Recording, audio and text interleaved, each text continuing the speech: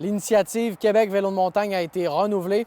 J'en discute aujourd'hui avec le président de développement Côte-de-Beaupré, Daniel Robitaille. Je l'ai rencontré au Mont-Sainte-Anne et M. Robitaille nous explique que ce partenariat-là est un renouvellement gagnant pour toute la région de la capitale nationale, de Portneuf jusqu'à Charlevoix, en passant évidemment par la Côte-de-Beaupré et l'incontournable Mont-Sainte-Anne, qui est vraiment un terreau fertile en matière de vélo de montagne.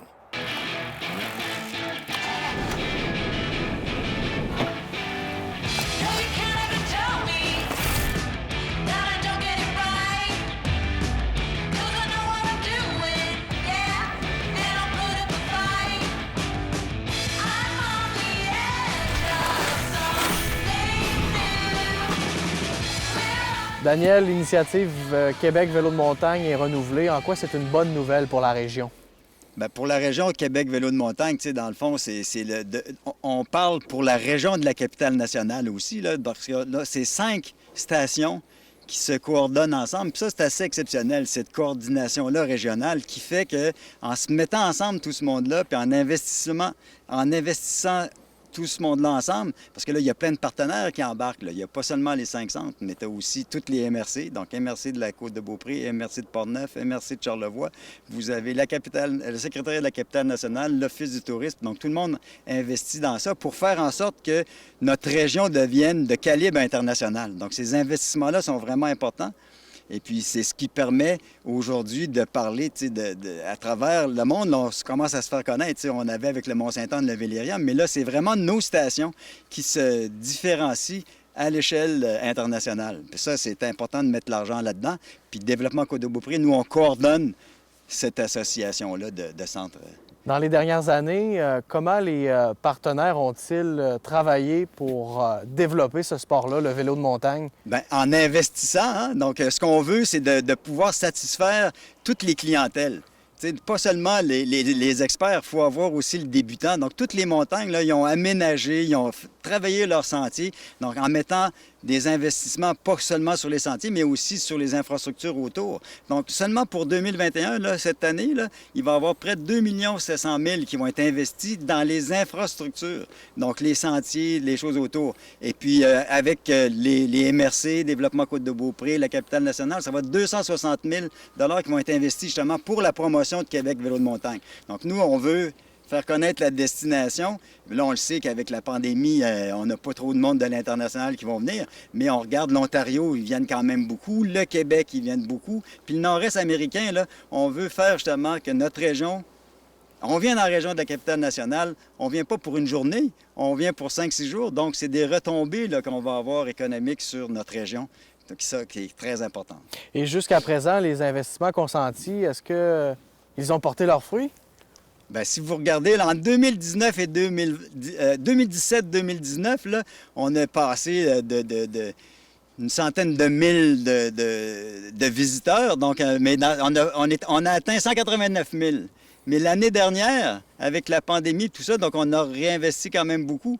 Et puis, c'est près de 300 000. On a plus que doublé nos prévisions.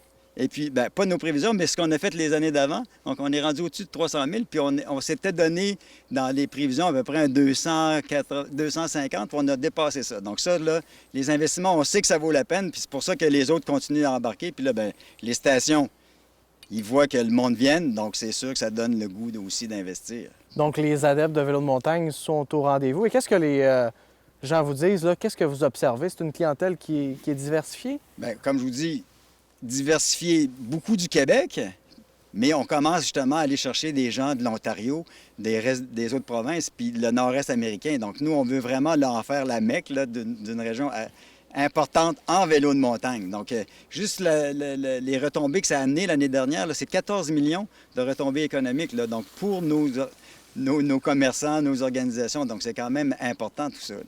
Et quelles sont les prochaines étapes qui sont prévues pour justement consolider la position de la région de Québec là, comme leader incontournable dans le domaine du vélo de montagne? Bien, justement, c'est comme je dis, en 2021, c'est 2,7 millions qui vont être investis par les stations. Donc, il faut mettre de l'argent sur les sentiers, les rendre accessibles à tout le monde. Tu sais, il y a des places, là, c'était des pistes d'espère, mais là, maintenant, dans cette même piste-là, il y a des accès de contournement, il y a des choses qui font que ça devient un peu plus accessible à tout le monde.